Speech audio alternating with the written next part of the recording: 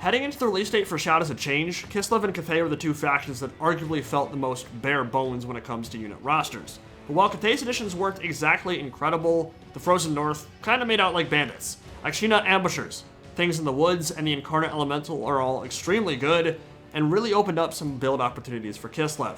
Skirmish and Kite are the names of the game for the Akshina and the Crone when they face down the Rush of Ground, the Majestic, the Malfeasant Punch. Once again, Grandmama Stanky Legs has her Mushroom Soup and Spirit Bear for healing and kind of a poopy magic missile. The Curse of Anrahir is the important spell here, slow down that Greenskin's advance and potentially debuff their archers if they brought any. They don't have a lot of accuracy, they can't shoot your low armor skirmishers particularly easily, and Akshina do not enjoy being shot. One thing they do enjoy, however, is the presence of their Wolf Hearts, the ROR version, which have nets from Pack Trap. Being able to root an enemy in place 3 times during a battle, then pincushion it with armor-piercing arrows is extremely powerful, and essentially a get-out-of-jail-free card if something happens to get past all your mobile elements and thinks it has free reign to rampage in your back line. It's a 25-second single-target net, so if 3 or 4 Akshina are focus firing during that time, it doesn't really matter what it is, it's going to die. So while the ambushers provide that range DPS and general sneakiness, you need to bring troops that synergize with that playstyle, which in the case of a Kite build means a heavy focus on speed and maneuverability. Hussars and Things in the Woods are perfect for that. 1 to stuff up cav, 1 to blend enemy infantry. So 2 Winged Lancers, 3 Mordheim Beowulfs, and 2 Griffin Legion. On the other side, it's Ground the Punch with Lucky Banner and his unique augments to Great One and Language of the Boys. Huge charge, surprisingly good in duels, regen, and probably beats the brakes off Ostankya in a straight fight, but she doesn't really need to give him one. Not much in the way of skirmish power for the Greenskins this time around. It's goblins and a few elite infantry like Black Orcs and a full rushdown with Boarboy Big Guns and Durkat Squigs out on the flanks. And over on the hilltop on the side, Goblin Shaman on foot has Gorkle Fix It, which is a really good slow spell, Vindictive Glare, Madcap Mushrooms, and Wand of Jet, and he's running in the shadow of a true Mama Spider, the Queen Shelob herself. Her spider hatchlings provide even more tools to harass the back line and make life hell for Akshina, and she could, at the very least, hold her own in a fight with an Incarnate Elemental. I don't know if she'd win that fight, but she'd certainly do okay there. So, when the units were first revealed for this DLC, an Akshina Kite build was one of the first army compositions I kind of theory crafted. Kislev has fantastic tools for supporting them. Ice Sheet would be an amazing supplement spell for an army like this one for that big AoE slow. Gives you more time to fire AP arrows into the mix. Of course, an Ice Witch can't run over hordes of infantry in melee or blow them up with magical artillery. And having something in that front line that can slow the Greenskins down was a big priority. So that is why Ostankya is all the way up here, casting Curse of Anrahir to slow the advance and generally just be a nuisance while she drops spells, magic missiles, and magical artillery. But you gotta get aggressive with your cavalry with this kind of build because you need as much space for the Akshina as possible. And then the Winged Hussars arrived, riding down the mountainside. The reason Kislev Cav is uniquely suited for this is that By Our Blood passive. Partially unbreakable cavalry means that in a pinch, you can just kind of leave them in melee and stuff up an assault for a long time, which means ambushers have more time than comparable units like Shades on the Dark Elf roster to reposition or fire. And of course, they have those small and hardy steeds, perfect for psycho-charging than disengaging. And this is the power of the Net and Beowulf combo.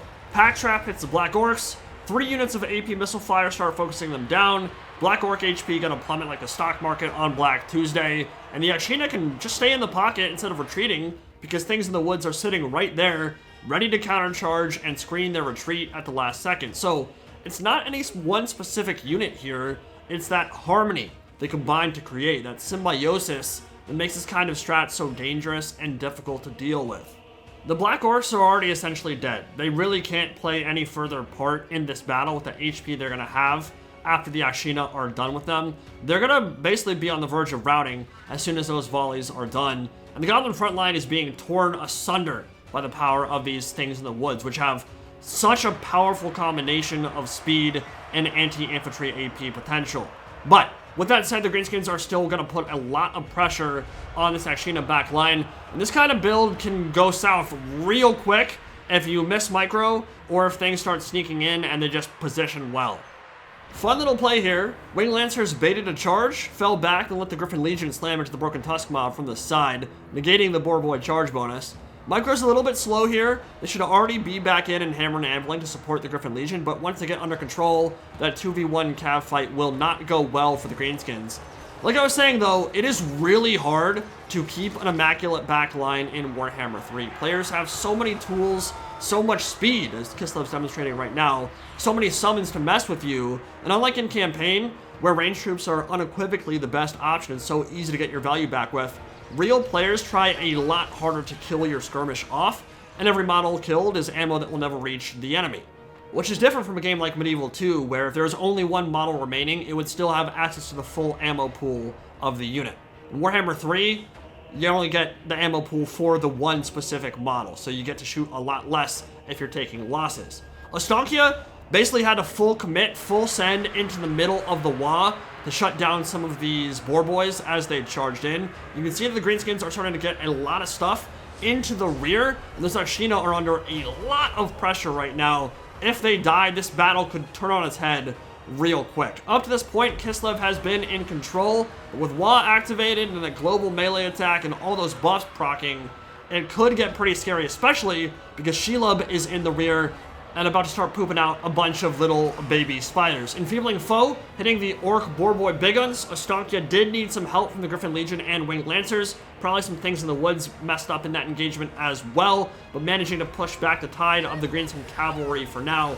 Spider hatchlings are being spawned, but the Shelob might have overextended here. Pack Trap, 25-second single target net, and a bunch of Akshina ambushers angry and ready to take down the Kaiju. We've seen how powerful nets are before. We've seen them for the Realm of the Wood Elves. We see what Glade Lords can do when they drop that prey of Anathrema. You don't have the missile target debuff, the missile resistance debuff, added on top of that, but it's with a unit that you want to bring with Akshina ambushers anyway. You're giving up other lords when you pick a Glade Lord for the Wood Elves, and of course, you don't have such easy access to armor-piercing missiles on a relatively cheap skirmisher, because their Deepwood Scouts don't have AP. You need to invest in Weight Watchers, which are a lot more expensive. Here, though, they're what, 850 gold, a net down, 3 Akshina ambushers, and an instantly deleted Arachnorot Queen. You gotta be so careful with where you position your troops diving into the rear, because in any given second, they can drop that net and turn the engagement on its head. And your single entity monster with the big hit points, well, it's just not going to be long for this world, right? We know how powerful focus firing is in this game, even on non-AP troops, but you get 3 Akshina ambushers with that high missile damage. The Wolfards have 30 missile damage, majority of that armor piercing. Yeah, it's gonna get deleted from the game. So the Greenskins got into the back line, that's for sure, but at what cost? It probably wasn't worth it.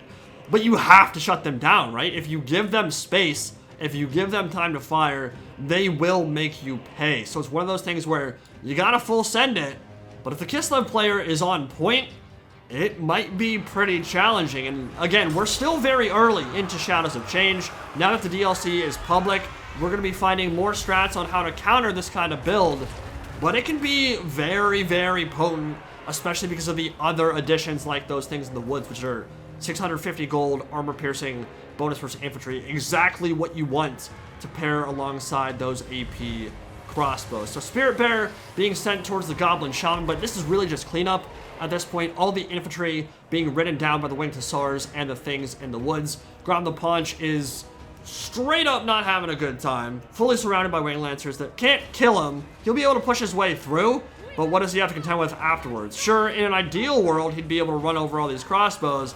They're going to be shooting him. His regen certainly is not going to outburst heal.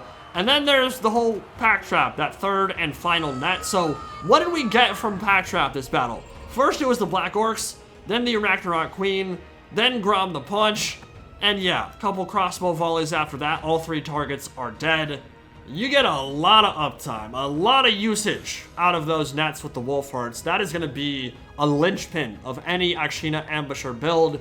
And I think a lot of people are in agreement right now that these crossbows might be one of, if not the best, new additions in terms of efficacy. Whether you agree they should have armor piercing or not, that's certainly up for debate. Most crossbows in the game do not. It might be stepping on the toes of the Dark Elves a little bit here. Might be stepping on the toes of the Streltsy.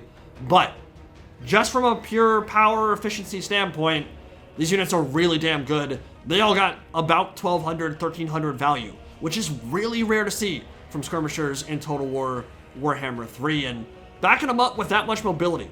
3 things in the woods, all close to 100 kills, some of them over 150, and then a bunch of Winged Lancers and Griffin Legion. That is the kind of army composition you want to support the Akshina, so you don't have to fully commit. And when you do, yeah, you can toss in a Winged Lancer. It's 800 gold. It's not the end of the world if it dies. It'll go down swinging. It'll go down holding up a big section of the enemy army while you're shooting it, while you're netting it down.